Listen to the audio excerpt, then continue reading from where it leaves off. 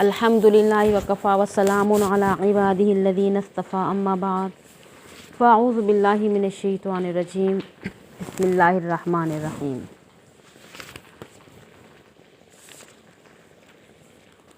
حضرت ابن عباس رضی اللہ تعالیٰ عنہ سے روایت ہے کہ حضرت صلی اللہ علیہ وآلہ وسلم نے ارشاد فرمایا،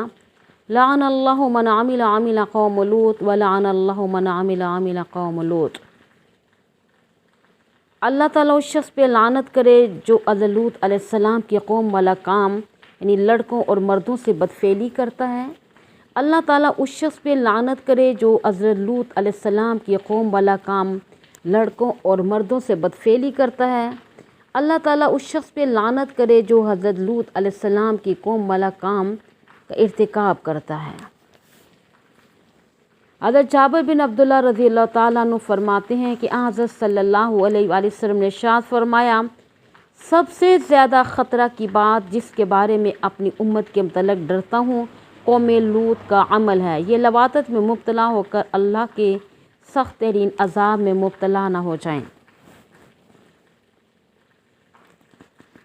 حضرت ابن عباس رضی اللہ تعالیٰ عنہ فرماتے ہیں کہ رسول اللہ صلی اللہ علیہ وآلہ وسلم نے ارشاد فرمایا، اللہ تعالیٰ اس شخص کی طرف نظر رحمت نہیں فرمائیں گے کہ جس نے مرد سے یا عورت سے پخانہ کی جگہ بدفعلی کی ہوگی۔ حضرت ابن عمر رضی اللہ تعالیٰ عنہ فرماتے ہیں رسول اللہ صلی اللہ علیہ وسلم نے ارشاد فرمایا، جب کوئی مذکر سے بدفعلی کرتا ہے تو وہ قوم لوط میں لکھا جاتا ہے اور قوم لوط جیسا بن جاتا ہے، اور جب مذکر سے بدفعلی کرتا ہے تو اللہ کا عرش کانپ اٹھتا ہے، جس سے فرشتوں کو فاعل اور مفعول کے یعنی گھناونے جرم کرنے کا پتہ چل جاتا ہے، تو یہ کہتے ہیں کہ اے باری تعالیٰ، کیا آپ زمین کو حکم نہیں دیتے جو ان کو سزا دے یعنی دھنسا دے، اور آسمان کو حکم نہیں دیتے جو ان پہ کنکر برسائے؟ تو اللہ تعالیٰ فرماتے ہیں، میں بردبار ہوں، مجھ سے کوئی چیز چھوٹ نہیں سکتی۔ حضرت ابن عباس رضی اللہ تعالیٰ عنہ فرماتے ہیں، جب مرد سے بدفعلی کرتا ہے تو زمین، ان کے نیچے سے آسمان اور ان کے اوپر سے یعنی گھر اور چھت سب پکار اٹھتے ہیں، کہتے ہیں اے پروردگار، آپ ہمیں اجازت دیں ہم ایک دوسرے سے مل جائیں اور ان کو درمیان میں پیس کے رکھ دیں اور ان کے لیے عذاب عبرت بن جائیں۔ اللہ تعالیٰ فرماتے ہیں، میرا صبر یعنی کہ ان کے ان کرتوت سے زیادہ وسیع ہے جو مجھ سے چھوٹ نہیں سکتا۔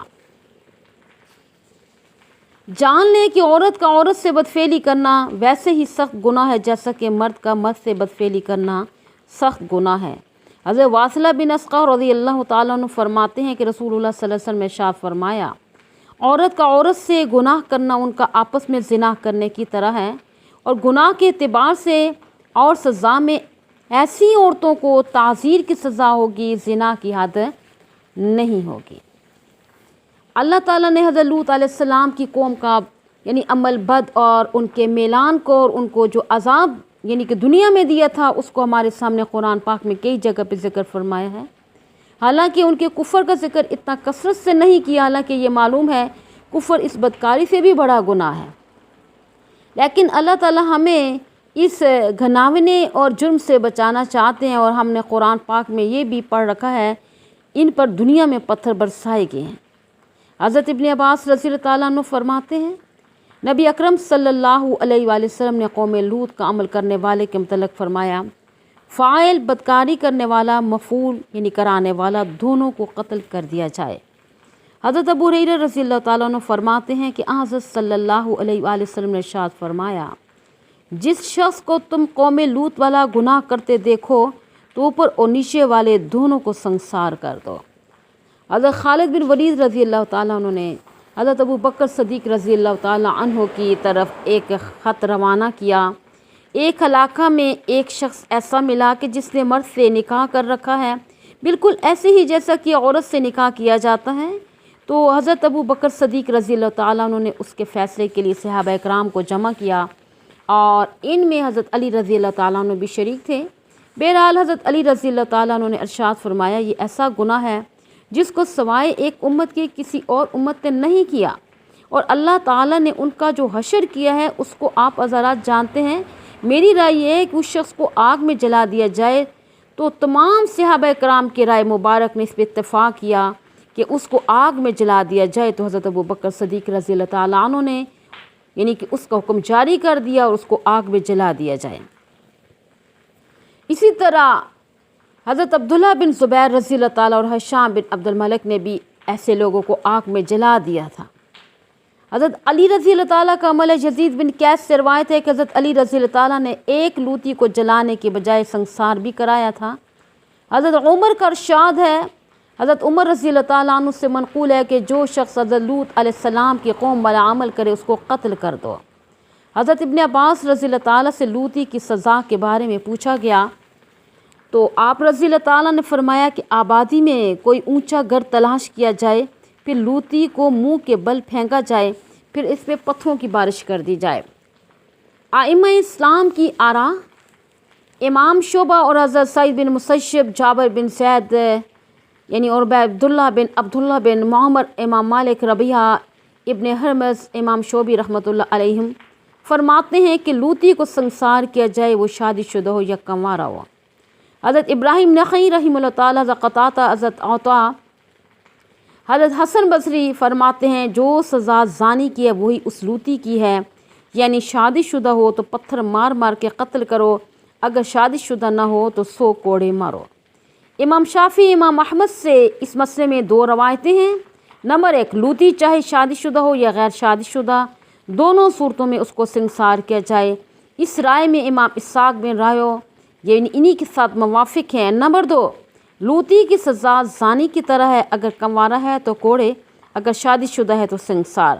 اس رائے میں امام یوسف رحمہ اللہ تعالیٰ، امام محمد رحمۃ اللہ علیہ بھی امام احمد اور امام شافعی کے موافق ہیں۔ جی، امام ابو حنیفہ رحمۃ اللہ علیہ کا مذہب ہے کہ امام صاحب ارشاد فرماتے ہیں لوطی پر تعزیر ہے،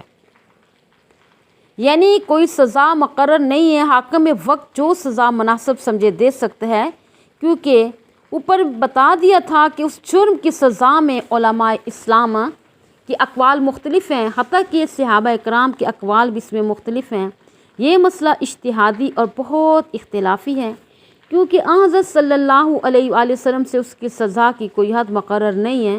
ورنہ صحابہ اکرام رضی اللہ تعالیٰ نے اس کو سزا دینے میں اختلاف نہ فرماتے۔ لیکن ان مختلف اقوال سے یہ ضروری ثابت ہوتا ہے کہ اس نے جو کرتوت سے کیا ہے، یعنی کہ معاشرے کو پاک رکھنے کے لیے حاکم جو بھی کڑی سے کڑی سزا دے دے تو اس کے یعنی کہ اس کی ثواب دید پر ہے۔ ہاں، اگر لوطی نے یہ کام دوسری بار بھی کر ڈالا پھر اس کو قتل کر دیا جائے، صرف پہلی بار کی لواطت پہ تعزیر ہے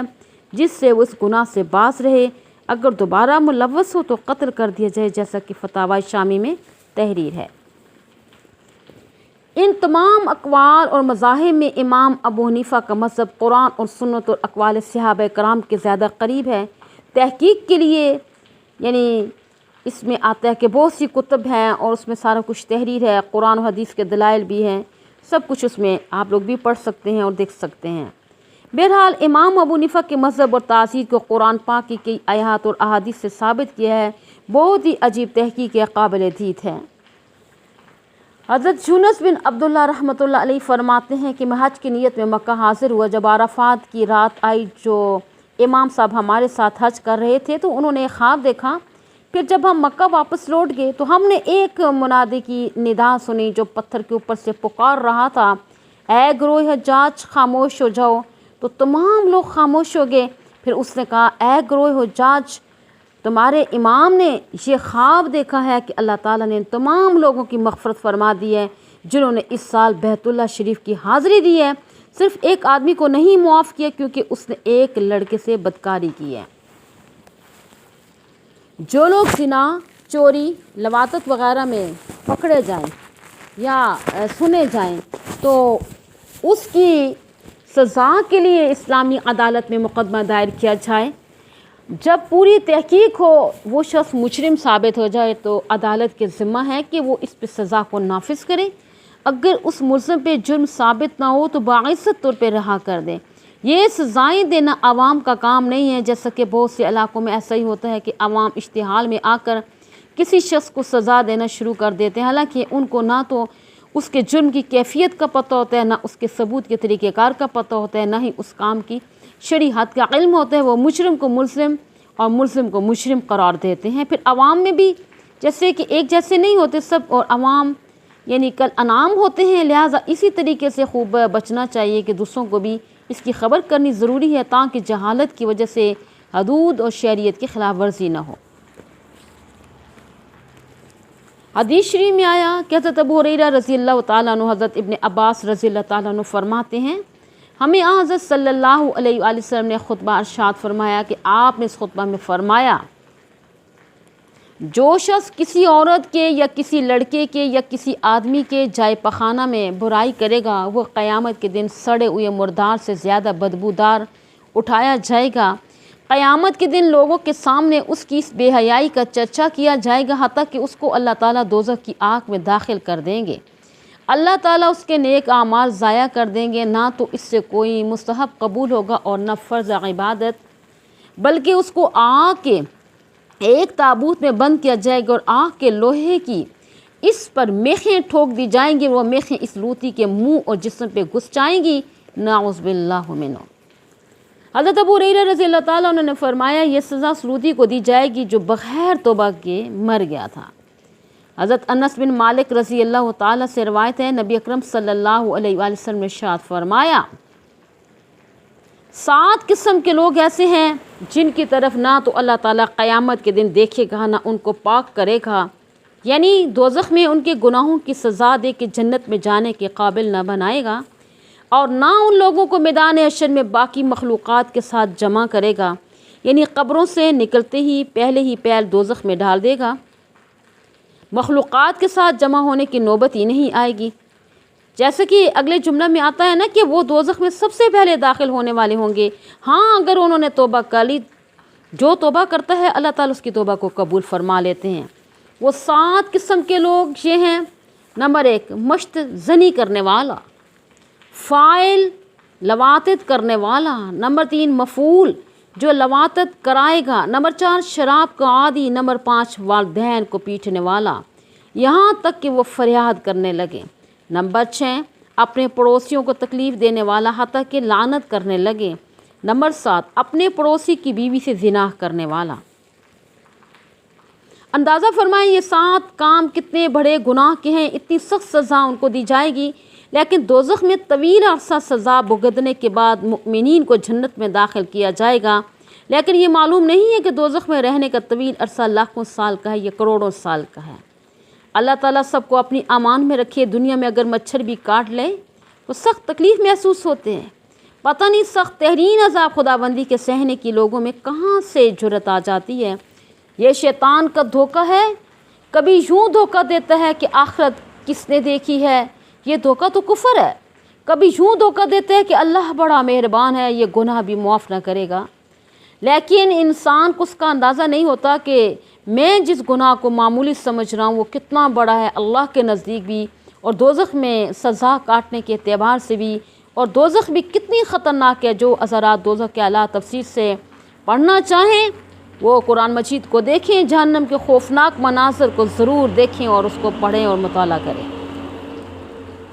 لوطی بغیر توبہ کے کسی صورت میں پاک نہیں ہو سکتا۔ حضرت عبداللہ بن مسعود رضی اللہ تعالیٰ عنہ فرماتے ہیں کہ رسول اللہ صلی اللہ علیہ وسلم نے فرمایا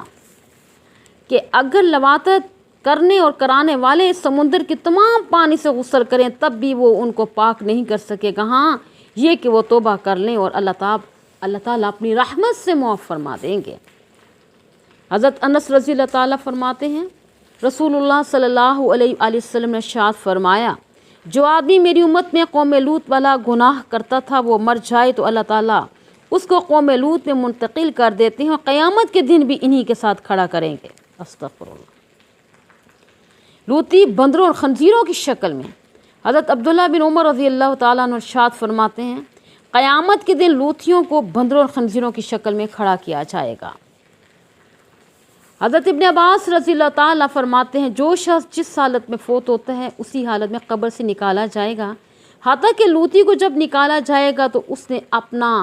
اعلیٰ تناسل اپنے دوست کی جائے پخانہ پہ رکھا ہوگا۔ یہ دونوں قیامت کے دن تمام مخلوقات کے سامنے بے حد شرمندہ ہو رہے ہوں گے۔